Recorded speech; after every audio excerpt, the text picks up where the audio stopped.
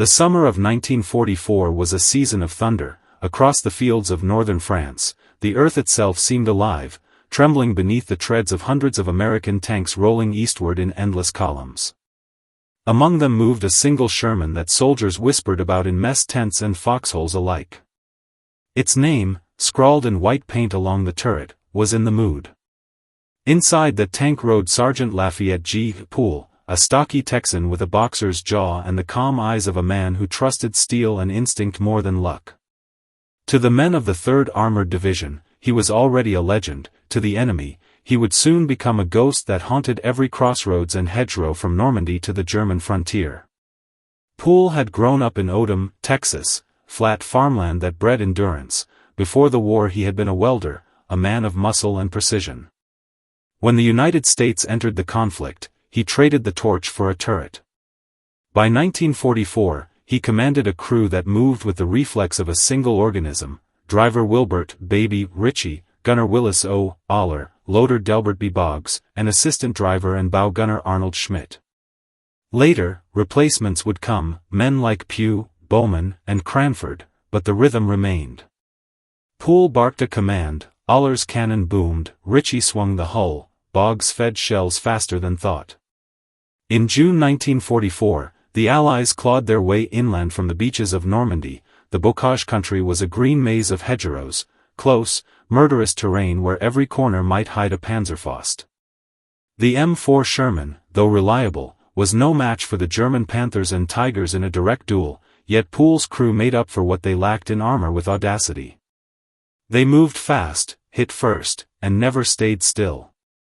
Each morning, dust and diesel hung low as the tanks formed up over the radio. Pool's voice cut through the static, steady, southern, unshakable. They advanced like a hammer through the maze, smashing ambushes before they could unfold, firing on muzzle flashes before the enemy's gunners could even range them. Between June and August, In the Mood led 21 major attacks, destroying dozens of German tanks and gun positions. It was around Coumont and Saint-Froment that the legend solidified. American infantry pinned by an 88mm battery watched Pool's tank charge alone across open ground. Shells whipped past, plowing up fountains of soil. The Sherman's 76mm gun answered once, twice, and the German battery vanished in a storm of dust and shattered concrete. Word spread, men began timing their assaults by Pool's movements. If In the Mood went forward, they followed; if it halted, they waited.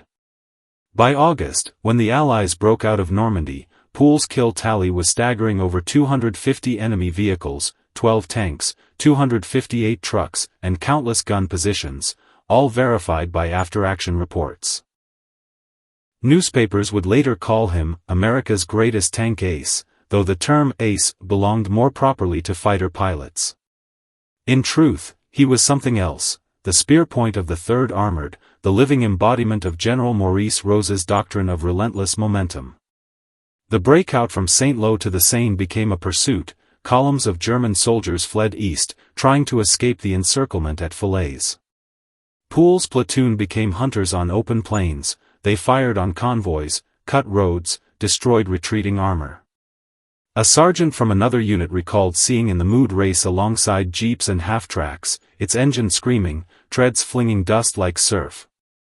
But beneath the exhilaration, fatigue coiled. The crew had not slept properly in weeks.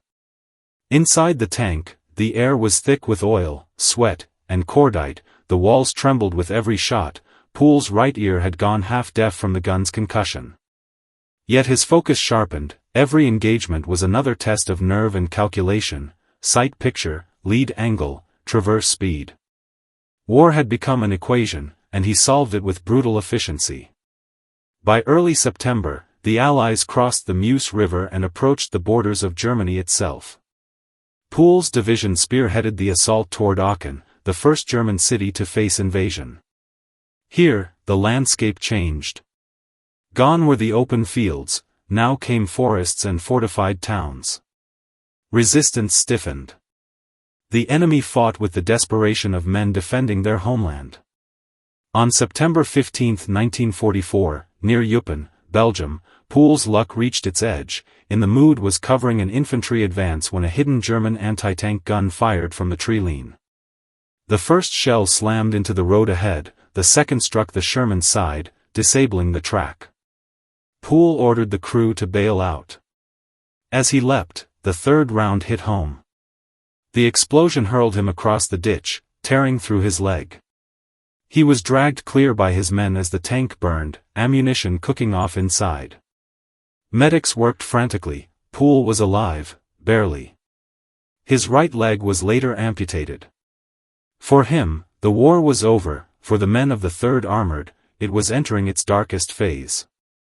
From his hospital bed in England, Pool could hear the guns through the walls at night, distant, thunderous echoes from across the channel. He knew that the enemy was not finished.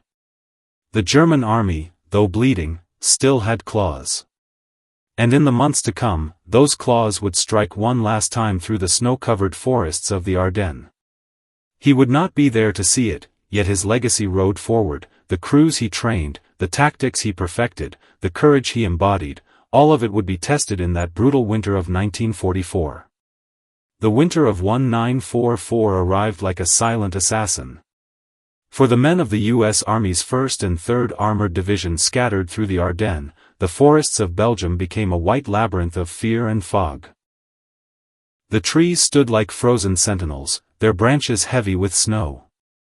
Beneath them, miles of roads wound through hills and villages whose names the soldiers could barely pronounce, places that, within days, would be written into history: Bastogne, St. Vith, Elsenborn Ridge. When the Germans struck on December 16, it was like the earth itself had opened. From the mist rolled hundreds of Panzers, Panthers, Tigers, and Jag Panthers, spearheading a counterattack so audacious it caught the Allies unprepared. The Battle of the Bulge had begun. The first shock hit the St. Vith sector, a crossroads town critical to the American line. Here, units of the 106th Infantry Division, the 7th Armored, and elements of the 3rd Armored found themselves surrounded, outnumbered, and battered by artillery that shattered the silence of the pines. In the middle of this storm was a small armored platoon led by Sergeant Clarence Pugh, a quiet, deliberate man who had once served under Lafayette Pool earlier in the year. He had seen Pool's genius up close, his split-second decisions, his near-reckless courage. When Pool was evacuated in September, Pugh had carried the legend forward like a torch.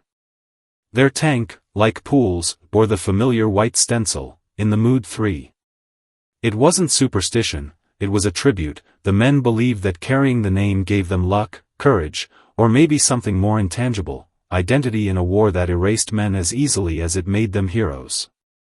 The snow fell relentlessly as the platoon dug in near Poteau, east of St. Vith. Temperatures plunged below freezing. Fuel was scarce, rations frozen solid. The Sherman sat half-buried in drifts, their engines idling to prevent them from freezing over. In the distance, German artillery thundered like an approaching storm. Through the static of their radios came scattered, panicked transmissions: companies overrun, towns lost, convoys burning on the roads. Yet orders from higher command were simple: hold the line. At all costs. The Ardennes were deceptive, quiet by day, murderous by night, visibility dropped to yards. Tanks lurked behind ridges like predators. Snow muffled sound, and even the bark of a 75mm gun seemed swallowed by the endless white. In this chaos, discipline and instinct became everything. Pugh's crew knew that they were facing odds Lafayette Pool himself might have called impossible: more than 50 German Panzers, advancing in 3 columns toward St. Vith. Among them were veterans of the 2nd Panzer Division and the Panzer Lehr, battle-hardened units that had survived Normandy. Their tanks, Panthers and Mark IVs, outgunned the American Shermans by miles. The Germans were confident, they expected the thin U.S. lines to crumble like frost. But they underestimated the men who had learned under Pool's command, men who had studied his creed: never sit still. Shoot first. Make them afraid. When dawn broke over December 18, the first column of German armor approached along the St. Vith-Vielsomme road. American reconnaissance jeeps spotted their movement through the mist, black silhouettes crawling out of the forest, muzzle flashes winking in the haze.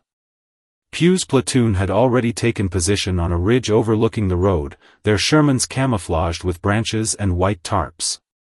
At 600 yards, the first Panther rolled into their sights. Pugh steadied his gunner. The 76mm shell roared, smashing into the lead tank's flank. The Panther erupted in smoke and flame, blocking the road. Behind it, confusion rippled through the German column. Their formation halted, engines revved, commanders shouted unseen orders through the haze. The Americans struck again, 2, 3 rounds in quick succession. Each shell found its mark. Within minutes, the narrow road had become a burning barricade of twisted armor. But victory was measured in seconds here. The Germans regrouped and began flanking maneuvers.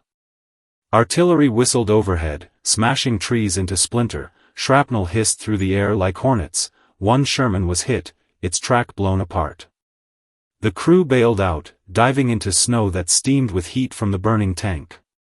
Pugh's voice over the radio was calm, level, the same tone he had once heard from Pool himself: shift position, stay low, fire and move. They backed down the slope, engines whining, smoke mixed with fog, the forest glowed orange. The fight had become fluid, desperate, a duel of shadows in a frozen maze. All day, the tankers fought and fell back, yard by yard, trading ground for time. That time was what the higher command needed, time for reinforcements from the 82nd Airborne and 7th Armored to form the defensive perimeter that would eventually halt the German advance. Every hour they delayed the enemy mattered. By evening, the battle turned into a test of endurance. The Germans poured forward, supported by infantry riding half-tracks. The Americans had little ammunition left. Each shot had to count. When the sun dropped behind the pines, both sides paused, not from truce, but exhaustion. Night fell. Temperatures plunged below -15 degrees Celsius. Inside their Sherman, the crew wrapped themselves in blankets, sharing what remained of their rations, hardtack and frozen coffee. The smell of diesel and cordite clung to their clothes. Outside, somewhere beyond the trees, they could hear the groaning of disabled tanks cooling in the snow.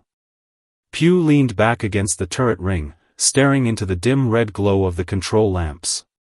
He thought of Pool, the man who had once told him that no tank was invincible, but a crew could be. The lessons came back now, unbidden: speed, surprise, accuracy, and faith in your men. At 0400 hours, the Germans attacked again. A flare burst overhead, lighting the forest in ghostly white. Dozens of tanks moved forward in 3 wedges, their tracks grinding over frozen soil. The sound was overwhelming, like metal thunder. Pugh's crew fired until the barrels smoked. The shells streaked into the dark, carving arcs of flame through the snow. For every German tank they destroyed, 2 more seemed to appear. But the Americans didn't break. They shifted positions constantly, striking from different angles, making the enemy think they were facing an entire armored company instead of a handful of tanks. The deception worked. German commanders hesitated, unsure of the scale of opposition. When the smoke cleared at dawn, the ridge was a graveyard of machines. 15 Panzers burned in the valley, their armor split and twisted by direct hits. 2 Shermans lay crippled, but still smoldering defiantly. Pugh's tank, in the Mood 3, sat blackened by soot, its paint blistered by heat, its crew alive but exhausted beyond measure. The German advance toward St. Vith slowed to a crawl. Each delay allowed the 82nd Airborne and 106th Infantry remnants to regroup, fortify, and establish the defense that would hold the crossroads until Christmas. The legend of Lafayette Pool, the man who had once driven a Sherman straight through enemy columns without stopping, seemed to live again in those men who refused to yield, even as the snow buried their tracks. Reporters later described what happened at St. Vith as the hinge on which the Battle of the Bulge turned. Without the delay, the German 5th Panzer Army might have reached the Meuse before the Allies could recover. But they didn't. They were slowed, by men in cold tanks, fighting ghosts and legends in the white silence of the Ardennes. By the time the Americans finally withdrew to Elsenborn Ridge, only a fraction of Pugh's platoon remained. The survivors were hollow-eyed, frostbitten, their hands burned from handling overheated shells. Yet they carried themselves with the quiet pride of soldiers who had done something extraordinary. They had stood against impossible odds and lived long enough to watch the enemy retreat. Lafayette Pool would never again command a tank in combat. His war had ended months before, on a roadside in Belgium. But his influence, his daring, his instinct, his unyielding momentum, had not died with him. It had become part of the armored creed that rolled eastward with every Sherman that fought that winter. The snow kept falling, covering the burned wrecks, the frozen trenches, the torn road signs pointing toward St. Vith. Underneath that white shroud lay the wreckage of two armies, one advancing, one holding. And somewhere beyond the smoke, in the faint orange glow of a burning forest, an American tanker scrawled a single name into the snow with the tip of a spent shell casing. The winter sun rose over the Ardennes like a pale coin, dim, distant, unable to thaw the frozen battlefield below. What had once been pine forests and farm roads were now scarred landscapes of blackened stumps, frozen craters, and burned-out armor shells half buried under the snow. In this wasteland, the struggle for the high ground around Elsenborn Ridge became a duel of endurance, mettle, and nerve.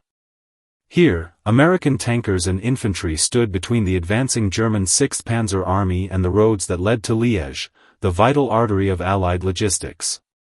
If Elsenborn fell, the German spearhead could break through to the Meuse. If it held, the Ardennes offensive would begin to die in its cradle. The ridge was no fortress, just rolling fields and frozen hedgerows, but it offered visibility, and that was everything in tank warfare. From its crest, the Americans could see the valleys where German armor must advance. They had the range. They had artillery behind them. But most of all, they had learned from months of fighting men like Lafayette Pool, speed kills, and stillness is death. By late December, the 3rd Armored Division, battered and under strength, had joined the defense. Among them were tankers who had served with Pool in Normandy, men who still remembered his voice over the radio, calm, confident, daring. Some of their Shermans even carried his insignia or stenciled, in the mood for, in chalk on the turrets, an unspoken tribute. The myth of Pool had become part of their morale. In every platoon brief, officers reminded their crews of his tactics: hit from unexpected angles, use smoke, never let a German tank line up a clean shot. On the morning of December 20th, the enemy came again. Columns of Panthers and Mark IVs emerged from the forests near Boulingen, their engines howling through the cold. Snow flurries drifted across the fields, muting visibility. Behind them rumbled assault guns and half-tracks carrying infantry in white smocks. They advanced cautiously, aware that somewhere in the mist, the Americans were waiting. Inside one Sherman, Corporal Cranford, another veteran of Pool's former platoon, peered through the periscope. The world outside looked like a black and white photograph, smoke rising from barns, frozen bodies half buried by snowdrifts, and the skeletal silhouettes of tanks emerging like phantoms. The radio cracked with a familiar command: hold fire until they're within 800 yards. Through binoculars, the Americans could see the Panther turret swinging, searching. Then came the first flash, a German gun firing. The shell screamed overhead, detonating behind the ridge in a spray of ice and earth. Another followed. The air trembled with concussions. Cranford's gunner exhaled slowly, aligned the reticle, and squeezed. The Sherman rocked with recoil. The round struck the Panther's glassy plate, a bright spark, then a glancing deflection. They fired again, aiming lower, under the mantlet. This time the round penetrated. Fire gushed from the enemy turret, and the crew spilled out, rolling in the snow. Target down, came the calm radio report. The battle unfolded like a deadly rhythm: fire, move, reload, relocate. American tanks shifted positions constantly, firing from hull-down cover, using the ridges as shields. Every time a Sherman revealed itself, German guns zeroed in, but by then the Americans had already vanished behind smoke. Elsenborn Ridge became a living echo of Pool's own style, offensive defense.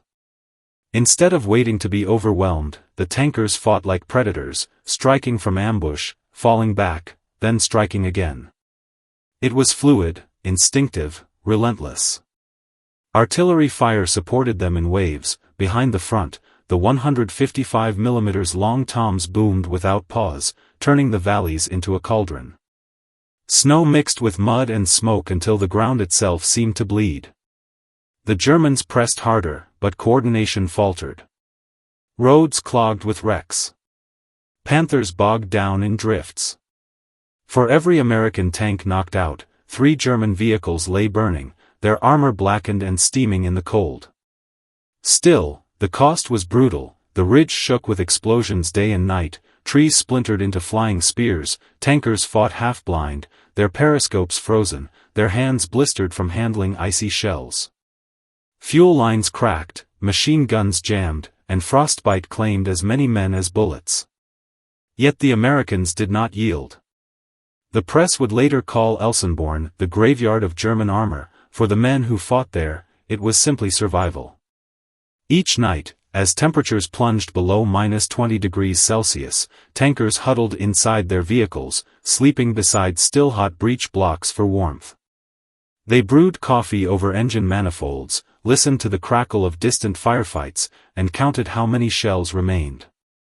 Many spoke of Pool, not as a memory, but as if he were still somewhere out there in the smoke, watching, reminding them, keep moving. Never wait to be hit first. By December 22, the ridge had become a killing ground. German tanks advanced in small formations now, trying to exploit gaps in the American line. The snow was littered with twisted metal, half-buried gun barrels, frozen corpses still clutching weapons. The once quiet forests of the Ardennes were filled with the groans of engines and the distant cries of wounded men. At dusk, 1 German spearhead managed to breach the southern slope. 6 Panthers pushed through a gap in the tree line, firing rapidly as they climbed. The American tanks repositioned, their tracks tearing up snow and earth. A single Sherman, call sign Able, 2, maneuvered behind a barn for cover. Its commander, a lieutenant barely 24, ordered flank fire. The gunner traversed, sighted, and fired, 1 shot, then another. Both rounds struck the lead Panther's ammunition rack. The explosion was immense. Fire rolled across the slope, lighting the snow in orange. The blast disoriented the others. In seconds, American tanks countered with precise volleys, catching the rest in crossfire. When it was over, the valley was silent again, just the hiss of burning fuel and the whine of cooling metal. Word spread quickly through the ranks. 50 German tanks, destroyed, abandoned, or retreating, had been stopped cold along the Elsenborn approaches. The ridge held. The line held. But behind the triumph lay exhaustion. Tank crews were down to their last shells, infantry shivered in foxholes crusted with ice. The dead lay where they fell, there was no time to bury them. On Christmas Eve, the men of the 3rd Armored received word that the German advance toward Liège had stalled. Reinforcements were on the way. Relief flickered in their faces, brief, subdued, the kind born not of joy but sheer survival. In the nearby field hospital, wounded men spoke in whispers about the stand. Some claimed they had seen a lone Sherman charging downhill in the fog, firing as it went, like Pool himself. Others swore the name in the mood was painted on its side. The truth, blurred by exhaustion and smoke, became legend. Whether or not that tank ever existed didn't matter. What mattered was that the spirit of Pool, the philosophy he'd forged in the hedgerows of France, had lived on. Every tank that fought with aggression instead of fear carried a part of his legacy. By the end of December, the snow-covered ridges of Belgium were strewn with the wreckage of the Wehrmacht's last gamble. The German 6th Panzer Army had spent its fury. Fuel shortages, Allied air power, and relentless resistance broke their momentum. The dream of reaching Antwerp faded into frost. And still, the tankers stayed ready. They cleaned their guns, cleared tracks, replaced damaged road wheels. The war wasn't finished. There would be counterattacks, skirmishes, the long push eastward through ruined towns. But the Bulge, that desperate thrust through winter's heart, had been stopped. The cost had been staggering, entire companies vanished. Tank crews who had survived since Normandy were gone. Yet in their place rose a new kind of soldier, tempered by fire and frost, bound by brotherhood, and guided by the memory of men like Lafayette Pool. Somewhere in Texas, Pool himself lay in a hospital ward, reading dispatches by lamplight. The headlines spoke of tank battles in snow, of American units holding against odds that defied sense. He read them silently, the ghost pain in his leg pulsing with every word. Then he smiled, not from pride, but recognition. He knew those tactics. He knew those men. They had learned well. The Sherman tank had always been dismissed as inferior, underarmed, underarmored. Yet in hands like theirs, it became something more than a machine, it became a statement. A defiance. Proof that courage, coordination, and will could turn fragile steel into the sharpest weapon of all. When the guns fell silent that Christmas night, the ridge lay under a thin layer of new snow. The air smelled of fuel and pine. From somewhere down in the valley, a lone soldier began humming a Christmas hymn, soft, broken, but real. Others joined, voices rising through the mist. Above them, the burned hulks of Sherman and Panther alike stood side by side, black silhouettes against the moonlit frost, monuments to the kind of battle only winter could remember.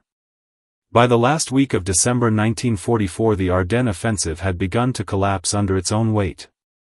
Yet in the pocket around St. Vith the battle raged on, fierce, bitter, and personal. Roads there twisted like veins through the hills, and every intersection mattered. Whoever held those crossroads controlled the lifeblood of the Bulge. For 4 days the town had burned, church spires were sheared in half, windows blown out, streets clogged with frozen wrecks. German artillery searched every block, American tankers replied with the dull thunder of 76mm guns echoing off stone walls. The civilians were long gone, leaving only smoke, snow, and the steady rhythm of diesel engines idling through the night. On the map, St. Vith looked like a small dot surrounded by forest. On the ground, it felt like the center of the world. The 7th Armored Division, fragments of the 9th, and battle groups from the 3rd Armored, Pool's old division, had drawn together in a shrinking circle around it. They were a patchwork of tankers, infantry, engineers, and MPs fighting as one. Among them were crews who had once served under Lafayette Pool or learned from the men who had.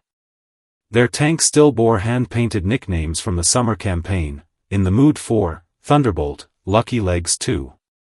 The enemy pressing in on them belonged to General Lieutenant Otto von Manschuffel's 5th Panzer Army, veterans of the Eastern Front, equipped with Panthers, King Tigers, and Mobile 88s.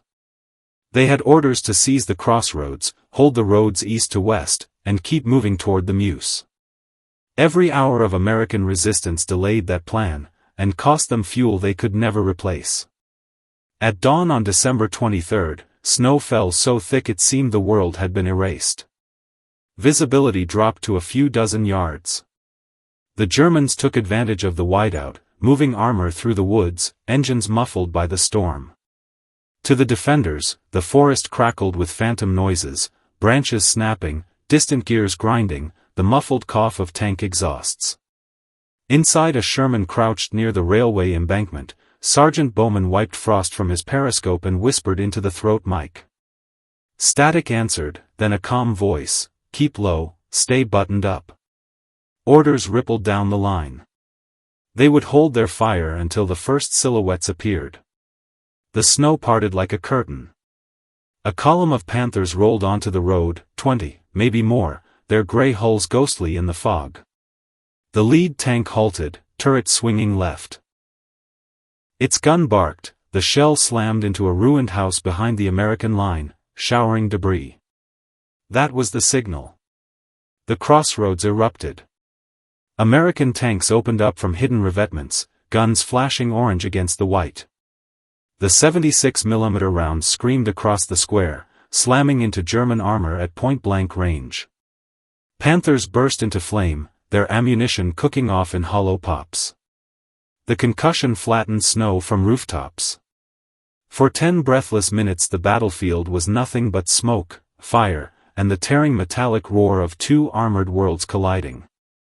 The Shermans fired, reversed, re-angled, fired again. They moved with the same rhythm Pool had drilled into them months earlier, constant motion, always flanking, never presenting the same target twice.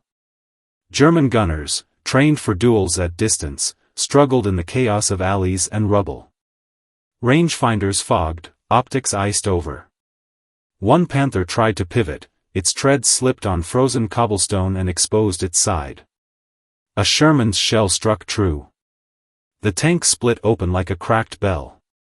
But the fight was far from one-sided. For every German tank burning in the square, an American machine lay crippled on its side street. The 88mm guns punched through walls and armor alike. Crewmen bailed out into drifts of snow that hissed when hot metal met ice. Medics dragged the wounded into cellars, working by flashlight, their breath steaming in the dark. By noon, the crossroads had changed hands 3 times. Each time the Germans surged forward, the Americans countered, using artillery plotted in advance by surveyors who knew every field and curve of the road. The ridge guns behind town fired without rest, shells whistling overhead to smash into enemy assembly areas. The ground quaked like a living thing. Among the tankers, exhaustion blurred the hours. They fought half-blind, deafened, faces black with soot. The smell of burning fuel hung over everything. Still they held. In the lull between barrages, some caught themselves staring at the sky, waiting for what they'd been promised all week, the weather to clear. High above those clouds waited the 8th Air Force and the RAF, grounded by snow since the offensive began. If the skies opened, the tide would turn. That afternoon, they did. Around 1,500 hours the wind shifted, the clouds broke apart, revealing a cold blue sky streaked with vapor trails. Moments later came the rumble, distant at first, then rising, of Allied fighter-bombers diving through the gaps. P-47 Thunderbolts and Typhoons swept down like hawks, rockets screaming from under their wings. Columns of German armor caught on the roads east of St. Vith exploded in fountains of smoke and flame. Pilots circled low, strafing the woods, their .50 caliber tracers stitching fiery lines across the snow. To the men on the ground, it felt like salvation. One tanker later wrote, "It was as if the whole sky had turned into Lafayette Pool's guns." The comparison wasn't poetic. The aerial assault used the same principle he had taught: strike first, strike fast, keep the enemy guessing. By nightfall, the German offensive around St. Vith was unraveling, supply columns were shredded, roads were impassable, commanders lost contact with their forward units. Yet pockets of enemy armor remained inside the town, fighting block by block. The Americans refused to withdraw until every route for retreat was open to the rest of the corps. They called it a fighting withdrawal, but to those inside the line, it felt like standing still in the face of a storm. At 2,300 hours, the final order came through: abandon the crossroads, fall back to new positions west of town. The defenders didn't cheer, they simply acknowledged. One by one the Shermans backed down the road, engines coughing, turrets still scanning. The snow reflected their exhaust in eerie orange halos. Behind them, St. Vith burned, an inferno lighting the valley like day. It was not defeat. It was completion. They had held long enough. The delay they bought would cripple the German timetable and ensure the failure of the Bulge. When dawn came again, the crossroads were silent. Only wrecks remained, 50-odd German tanks scattered across the approaches, some overturned, some melted into the ice. The Americans had lost nearly as many vehicles, but the line west of town was intact, and new formations were moving in. Snow began to fall again, gentle now, covering the scars. Far to the rear, survivors gathered around field stoves, thawing hands, cleaning weapons. A chaplain moved among them with coffee and cigarettes, speaking softly of Christmas, of home, of the men they'd lost. Someone produced a copy of Stars and Stripes. On the front page was a small column about a decorated tanker recovering in Texas, Sergeant Lafayette Pool, the Army's leading tank ace. The men read it in silence, passing the paper from hand to hand. They understood what it meant. The legend who'd once led them was still alive, though far away. His spirit, however, had never left the battlefield. That night, as the front stabilized and engineers cleared the roads, an officer recorded the day's summary in a frozen notebook. Enemy attack repulsed at St. Vith crossroads, approximately 50 Panzers destroyed or abandoned.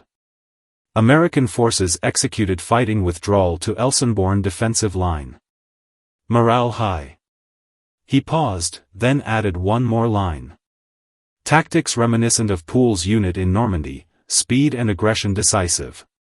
In the decades that followed, the historians would call St. Vith the linchpin that bent but never broke. They would chart arrows on maps, measure ranges and fuel consumption, debate whether weather or logistics doomed the German plan.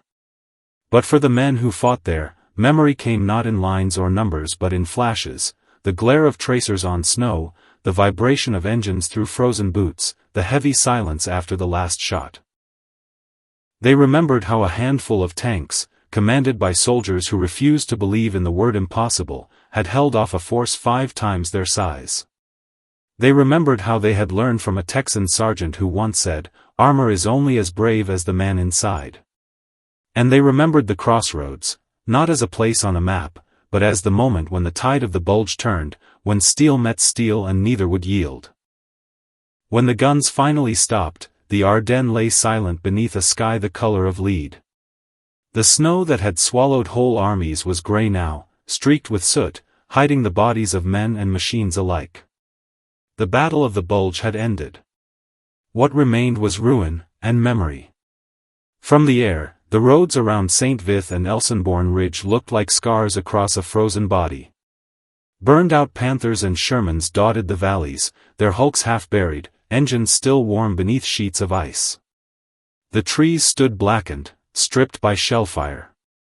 Crows circled above the ridges where so many had fallen.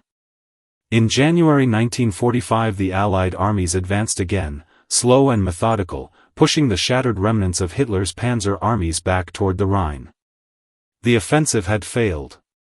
What the German generals called Unternehmen Wacht am Rhein, the last hope of splitting the Western Front, had bled itself white against the stubborn defense of American armor and infantry.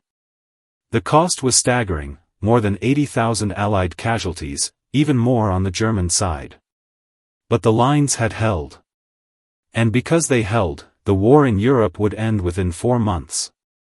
For the tankers of the 3rd Armored Division, the victory felt hollow, their unit rolls were thin. So many names had been crossed out that officers stopped counting. Yet among the survivors ran a quiet pride, an understanding that their stand at St. Vith and Elsenborn had changed the war's course. The Army's official report called it a masterclass in defensive armored warfare. The men simply called it doing what Pool taught us. Lafayette Pool himself never saw that victory. He was thousands of miles away, recovering in a stateside hospital in Texas. His right leg had been amputated above the knee. For months he learned to walk again on a wooden prosthesis, stubbornly rejecting pity. The nurses remembered him as polite but restless. He spent hours listening to the radio, following dispatches from Europe, tracing the front lines with a pencil across maps on his bedside table.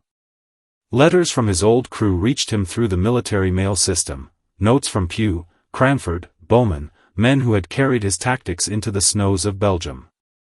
They told him about the ridge, the fog, the 50 German tanks that never made it through. They wrote that they had painted in the Mood 3 on a new Sherman, for luck. He read each letter twice, folded it carefully, and slipped it into a Bible that lay beside his bed. Doctors told him his combat days were finished. Pool only nodded. "Maybe," he said once, "but the tankers aren't." When he was discharged from the army in 1946, Lafayette Pool returned to civilian life quietly. He married Evelyn Wright, the sweetheart he had left behind in Odom, and started a small welding business. He never bragged about his record: 258 armored vehicles, 250 trucks, and over 1,000 prisoners captured in just 81 days of continuous combat. Numbers that made him the most successful American tank commander of the Second World War. He rarely spoke of the war at all. When neighbors asked, he only smiled and said, "It was teamwork. I had the best crew." But the army hadn't forgotten him. His after-action reports became required reading for instructors at Fort Knox and later at the Armor School in Fort Benning. His philosophy, mobility over armor, aggression over caution, was codified into doctrine. Generations of tankers learned to fight by his principles. The manuals called it offensive defense, the soldiers who trained under it called it Pool's way. By the time the Korean War broke out in 1950, Pool was pleading to return to active duty. "Let me train them," he told recruiters. The army, impressed by his persistence, reinstated him, first as a training officer, later as an instructor in armored tactics. He limped across the parade fields, prosthetic creaking, voice booming through megaphones, "Speed is your armor. Never wait to be hit first." The recruits listened. Some of them would later fight in Korea, others in Vietnam. Few realized that the man barking orders had once led the spearhead through France. Fewer still knew how close he had come to dying for it. For Pool, teaching was enough. It was his way of keeping his lost crew alive. In every lesson, every maneuver, he was back in the turret in the mood, racing across a French field, gun thundering, heart steady. The men who fought at St. Vith never forgot him. In the veterans' reunions of the 1950s and 60s, they spoke of the December stand not as their own glory but as the natural echo of his leadership. They had drawn courage from his legend when everything else seemed lost. One tanker, interviewed decades later, said, "Pool was there, even if he wasn't. You could almost hear him over the radio telling us to keep moving." History would frame the Ardennes as the last gasp of the German war machine, but for those who survived it, the memory remained intimate: frozen nights, blackened snow, the smell of cordite and pine. They remembered comrades who never came home, tanks left behind under drifts of ice. They remembered the crossroads, where the line had held, where 50 German Panzers had ground to a halt against a handful of American crews who refused to yield. In 1948, the U.S. Army published a training film on tank tactics. The narrator's voice rolled over footage of Shermans moving through hedgerows. The armored soldier must combine speed, aggression, and teamwork. The machine is nothing without the man who drives it. At the end of the film, the camera lingered on a photograph: Pool standing beside his crew, all of them grinning, dust-covered, sleeves rolled, in the mood stenciled on the turret behind them. Beneath it appeared a single line of text, based on the experience of Sergeant Lafayette Pool, 3rd Armored Division. Across training bases and classrooms, young recruits learned his name not as a legend but as instruction. In the decades that followed, whenever American tanks rolled into new wars, echoes of his doctrine went with them. Lafayette Pool lived a long life. He died in 1991 at the age of 73, buried in San Antonio among the men who had served beside him. His gravestone is simple: name, rank, division, and the words, warrior and teacher. Visitors still leave small model tanks or spent shell casings on the grass, tiny tributes to the man whose courage had once guided them through snow and fire. The places where he fought have changed. Normandy's hedgerows are green again, the towns of Mons and Aachen bustle with life. In Belgium, along the road to St. Vith, there stands a small stone marker with an inscription worn by weather. Here, American armor held the line, December 1944 to January 1945. Farmers plow the fields around it each spring, children sled down the hills in winter, unaware that beneath the soil lie the twisted remains of tanks that once decided the fate of Europe. When the snow melts, bits of track and shrapnel still rise to the surface, dull reminders of that desperate month. At Elsenborn Ridge, Wind moves through the pines where the foxholes have collapsed into the earth. The air smells of sap and rain. On quiet mornings, it is possible to imagine the distant hum of engines, the echo of a gunshot rolling across the hills, the murmur of men speaking through static. And maybe, if one listens long enough, the faint echo of a Texan drawl carried by the wind. Speed is armor. Keep moving. In the great sweep of history, the stand at St. Vith is sometimes reduced to a footnote, one more battle in a war of countless battles. Yet for the men who lived it, and for those who inherited their lessons, it remains something larger. It was proof that courage is contagious, that leadership outlives flesh, and that the will of a single crew can shift the balance of an entire campaign. When the smoke cleared and the snow returned, the American lines still stood. The German dream of splitting the Allies lay buried beneath burned steel. And somewhere across the ocean, Lafayette Pool walked on his wooden leg into the morning sun, unaware that in the snows of Belgium his name had already passed into legend. The war moved on, history moved on, but the story of one sergeant and the crews who followed his example endures, told in the quiet pride of armored soldiers everywhere who know what it means to face 50 Panzers and not flinch. For them, for all who fought in those frozen forests, the echoes of that winter remain, a hymn of engines, courage, and comradeship that still hums beneath the snow.